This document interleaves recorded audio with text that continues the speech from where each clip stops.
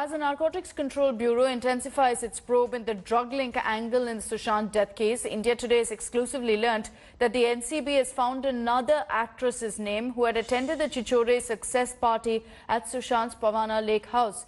The party was held on March 28th last year. NCB has learnt that a huge amount of drugs were consumed at this party, in which this actress was also present. In a bank statement accessed by India Today, it's revealed that Sushant nearly spent over 40,000 on this party. Interestingly, Riya and Deepesh Sawant during their questioning had also revealed the name of a few actors. Remember Sushant's boatmen named Sara Ali Khan and Shraddha Kapoor, who he had ferried to Sushant's lake house, where he claimed drugs were consumed.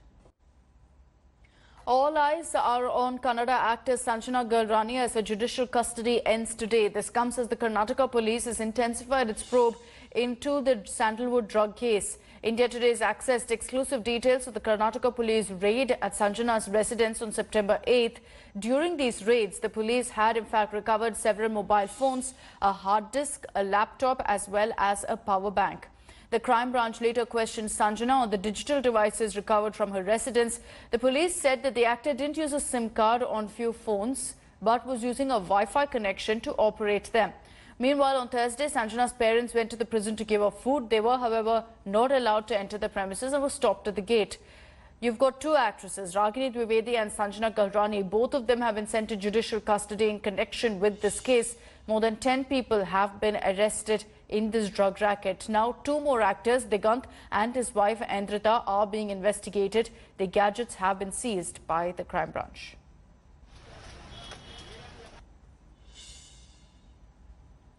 And let's also get you the latest with regards to Kangana Ranaut's war against all the other actors in Bollywood who have chosen to side with Jaya Bachchan. Kangana Ranaut called Urmila Matondkar a soft porn star after Urmila Matondkar criticized Kangana. Here's the complete story. It's not just Kangana versus Urmila, but Kangana now versus the entire film industry.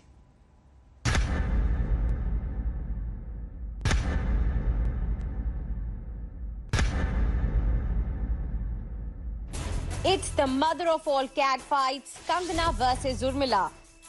The Queen versus Bollywood's ultimate glamour girl of the 90s. And it all started when Kangana decided to take on Jaya Bachchan for her remarks in Parliament. It's a shame. Jis thali mein khate hain, usme chhed karte hain. In a Bollywood laying low for some reason, one actress had had enough. Urmila rose to the occasion and how, calling out Kangana on her remarks.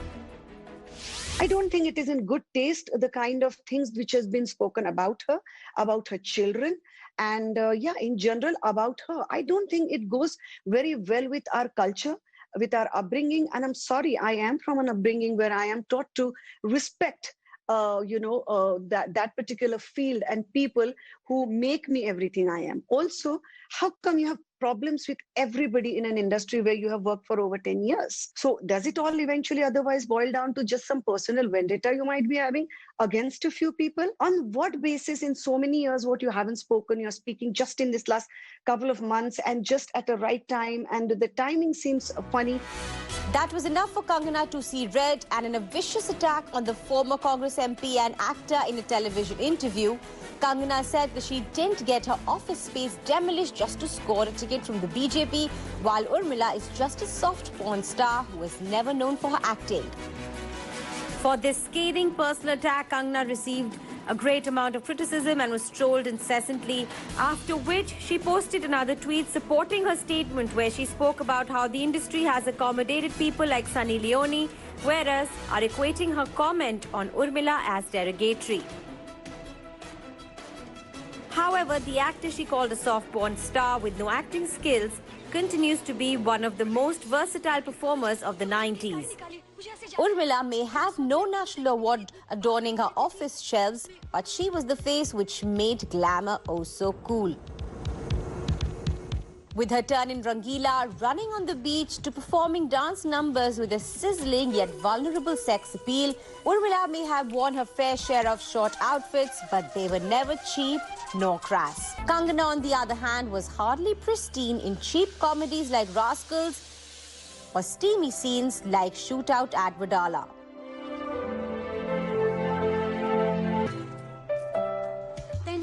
Not only did Urmila up the ante of glamour back then, she single-handedly made crazy looks scary, believable and in vogue with movies like Pyar Tune Kya Kiya, Bhoot and Ek Hasina Thi, something unheard of from actresses back then. And if that is not all, Urmila also had serious and critically acclaimed performances like Ram Gopal Varma Satya to her credit as well. An impressive film kitty by all means, not something a soft porn actor with no skills could fathom of possessing.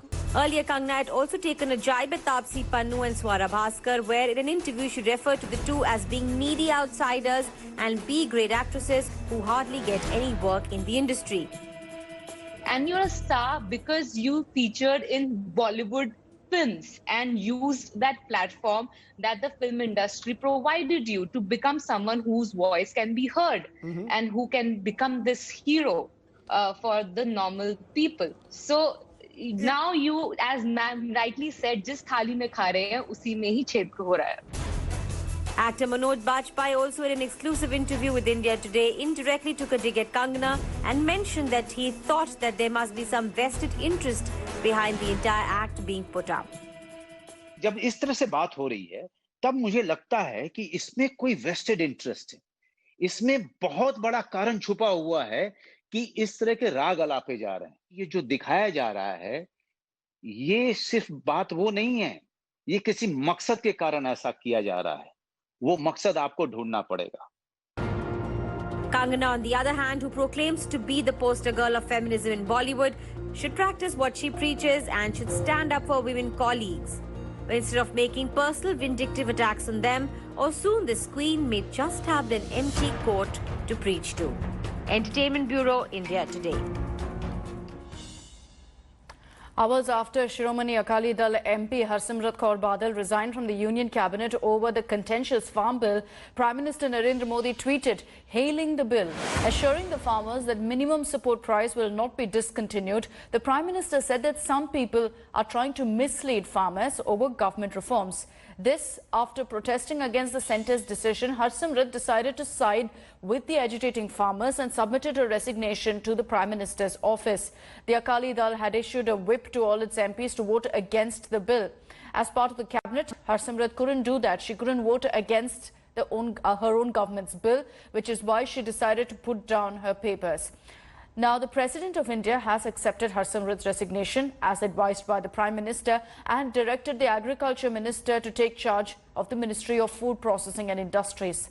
The fault line between NDA emerges at a time when the Modi government is not only facing flack from the opposition, but farmers as well. Thousands of farmers are on the streets for days together against these bills, which will now be introduced in the Rajya Sabha. देश के और ख़ास तौर के अपने पंजाब के किसानों के साथ जो हज़ारों की गिनती में पिछले कई दिनों से सड़कों में उतरे हुए हैं, इस महामारी के समय में अपने जान को जोखिम में डाल के अपनी आवाज़ केंद्र तक पहुंचाने के लिए वो कई दिनों से सड़कों पे संघर्ष कर रहे हैं. उनकी मांग और हमारी मांग भी सिर्फ यही थी कि जो उनकी मन में शंकाएं हैं इस ऑर्डिनेंस के खिलाफ, शायद ये ऑर्डिनेंस किसान के भले में हो, लेकिन जिसके भले में है उनको आश्वासन देना, उनको भरोसा देना और उनको आश्वस्त करना कि उनकी शंकाओं को एड्रेस करना, ये एक मेरा नैतिक फर्ज और सरकार का फर्ज बनता था. आज मैं उस सरकार का हिस्सा नहीं होना चाहती थी जिन्होंने इनकी शंकाओं को दूर करे बिना ही इस ऑर्डिनेंस को पास करने का काम किया है. इसलिए मैंने अपने पद से, मंत्री पद से इस्तीफा दिया. Our party, we have just taken a decision to resign, and we already resigned. Next course of action will be taken by a party. We will be party high part committee of core committee will be meeting shortly. We will discuss every issue, all the situation, everything. Next course of action will be decided by a party. ये दोनों विधेयक किसान के जीवन में क्रांतिकारी बदलाव लाने वाले हैं. देश तो 1947 को आज़ाद हुआ, लेकिन किसान मंडी की जंजीरों में बंधा हुआ था. प्रधानमंत्री नरेंद्र मोदी जी के नेतृत्व में इन विधेयकों के माध्यम से उसको आज़ादी मिली है. आपकी पार्टी के मंत्री जी और इस्तीफा देने के लिए खड़ा है. मैं I would appreciate the sentiment and the emotion of Madam Harsimrat Kaur, who had displayed her guts and gumption by opposing this draconian legislation. Yes, ये क्या है? आपका जो 3 ordinances है, ये 3 ordinances toxic triangle है. It is nothing but a toxic triangle. And let's explain to you and put this entire story in context. This fight is over 3 controversial farm bills. Farmers have refused to budge. You're seeing massive protests being held across the country in several states against the Modi government over what they call an anti-farmer legislation. While the centre says that the bill will only benefit farmers, these farmers fear it's an attempt to discontinue minimum support price. ये किसानों पर लाठीचार्ज नहीं है, ये पूरी जनता के जनवादी अधिकारों के ऊपर लाठीचार्ज कराया है। जो ये ऑर्डिनेंस पास कीते ने किसानां दी पिट से छुरा मारिया। भावें सानू अपने शरीर नू अग ला के क्यों ना फूकना पवे, इसनू वापस करावांगे ते बड़ा तगड़ा संघर्ष करांगे।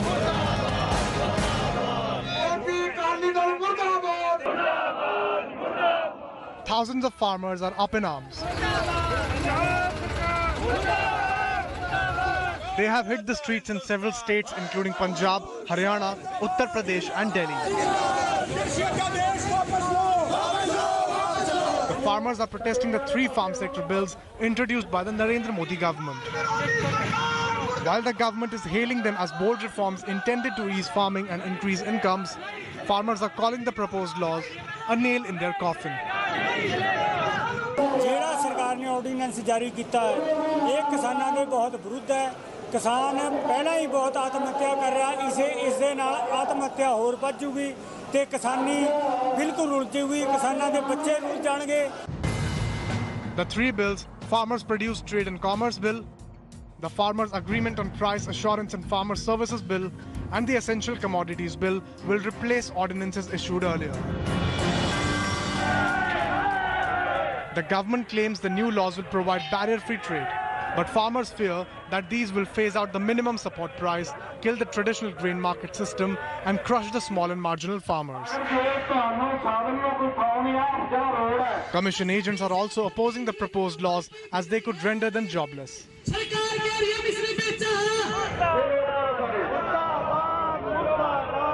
Punjab Chief Minister Captain Amrinder Singh has termed the move anti-farmer. BJP's ally, the Shiromani Akali Dal, too joined them. ਜਦੋਂ ਤੁਹਾਡੀ ਕੋਈ MSP ਨਹੀਂ ਹੋਣੀ, ਜਦੋਂ ਕੋਈ ਏਜੰਸੀ ਨਹੀਂ ਹੋਣੀ ਫੂਡ ਕਾਰਪੋਰੇਸ਼ਨ ਇਹਨੂੰ ਸੰਭਾਲਣ ਵਾਸਤੇ, ਫਿਰ ਪ੍ਰਾਈਸਿਸ ਫਾਲ ਕਰਨਗੀਆਂ। ਫਿਰ ਜਿਹੜਾ 2 ਕਿੱਲੇ ਦਾ ਮਾਲਕ ਹੈ, ਉਹ ਆਪਣੇ ਬੱਚਿਆਂ ਨੂੰ कैसे ਰੋਟੀ ਖਵਾਏ। ਇਹ ਸਾਰੀਆਂ ਇਸ਼ੂਜ਼ ਨੂੰ ਸੋਚ ਕੇ ਇਸ ਗਵਰਨਮੈਂਟ ਨੂੰ ਕਰਨਾ ਚਾਹੀਦਾ ਸੀ ਫੈਸਲਾ, ਲੇਕਿਨ for some reason or the other ਇਹਨਾਂ ਦੀ ਸੋਚ ਕਿਤੇ ਹੋਰ ਹੈ। बड़े कॉर्पोरेट हाउसेस नू वगैरह नू उन्हां नू मजबूत करना है। हमारी पार्टी क्योंकि किसान की पार्टी है, हमारी सोच क्लियर है। जब तक किसान जो हमारा पंजाब का जो बेस है, पंजाब हरियाणा देश का जो अन्नदाता है, जब तक उनकी जो दिमाग में जो इश्यूज हैं जब तक सॉल्व ना करें, ये बहुत इंपॉर्टेंट है कि ये बिल को पोस्टपोन किया जाए। Allaying fears, BJP President JP Nadda says MSP will stay. MSP था, है और रहेगा, किसानों की ही चिंता के लिए रहेगा। APMC रहेगी। मेरे पास एक उत्पाद है, उसका 10 रुपए दाम है, MSP हमको 10 रुपए दे रही है, हमको दूसरी जगह 12 रुपए दे रही है, तो हम कहां जाएंगे आप बताइए। While the Modi government calls the proposed laws pro-farmer, critics anticipate irrational volatility in the prices of essential and increased black marketing. Bureau Report, India Today.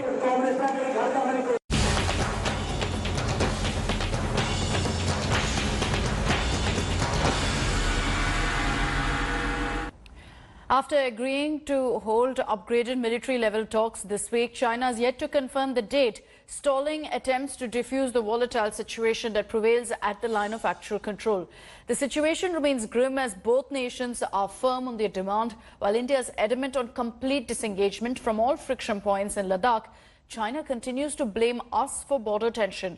India has cleared its stand to Beijing already that both nations need to respect the border agreement for peace and that China should stop violating LAC norms. In the last 20 days, the line of actual control has seen at least 4 incidents of firing. The last face-off between the two nations took place on September 8th.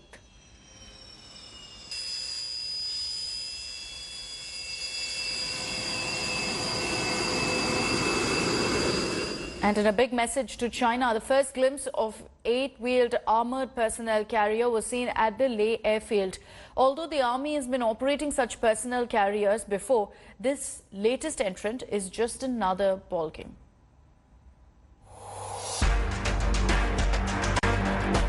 The first glimpse of the armoured personal carrier for infantry troops at the Leh airfield.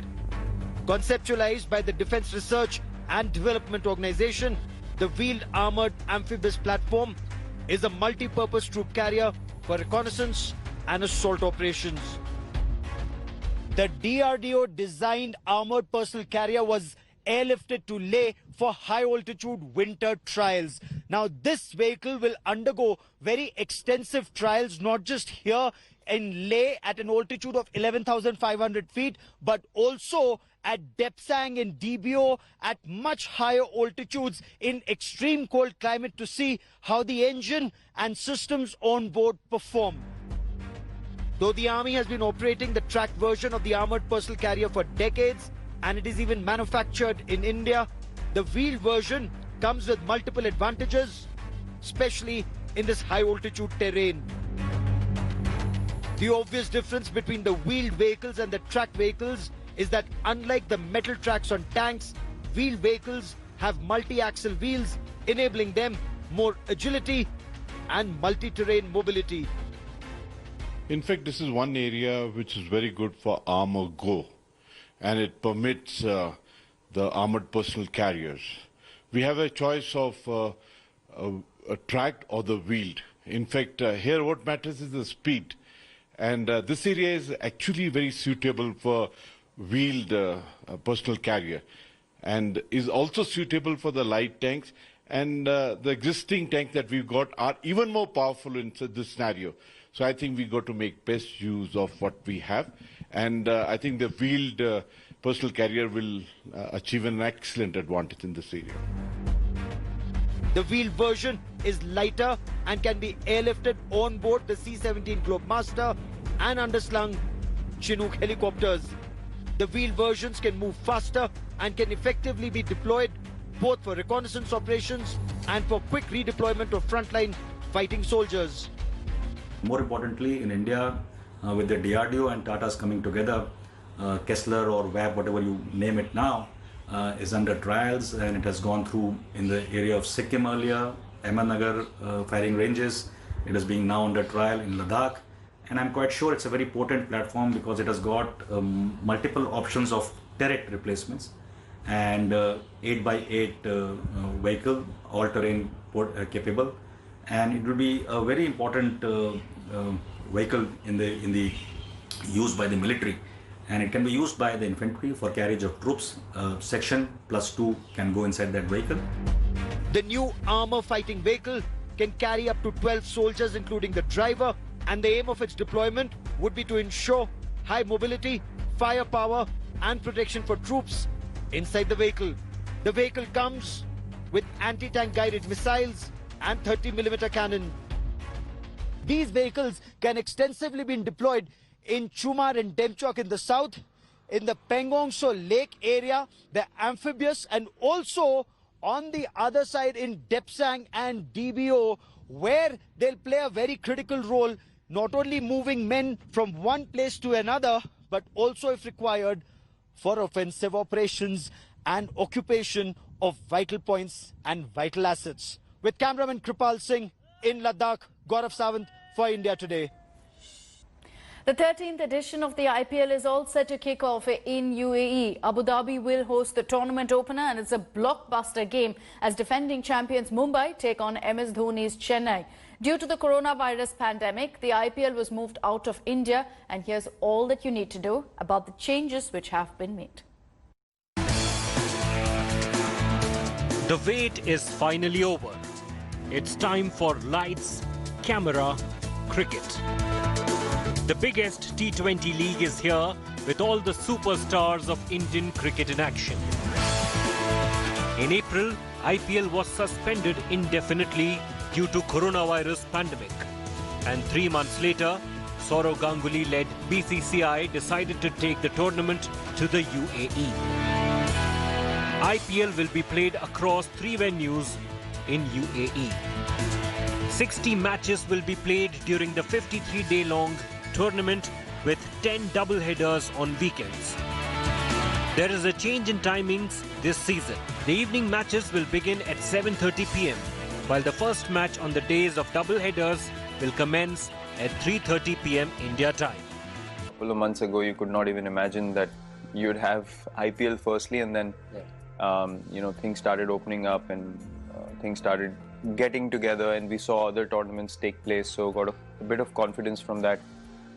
Now, when we had our practice session yesterday, is the time I realized how long it's been. When I was heading to the practice session, I felt nervous, I felt a bit jittery. All the teams have been placed in separate biosecure bubbles following rigorous testing process for COVID-19. Players were tested consistently before their arrival in UAE. IPL 13 has had its share of challenges, and the COVID scare in Chennai camp upon arrival was the biggest one. Chennai had 13 positive cases, including that of Deepak Chahar and Ruturaj Gaikwad.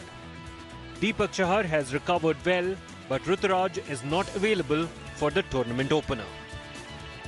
All the teams have been preparing well, and now everyone is waiting for the first ball to be bowled and the cricket carnival to kick off. Sports Bureau, India Today. Hello everyone, this is Rahul Kamal here. Hope you enjoyed this video. For the latest news and analysis, like and subscribe the India Today YouTube channel, and don't forget to press the bell icon to stay updated.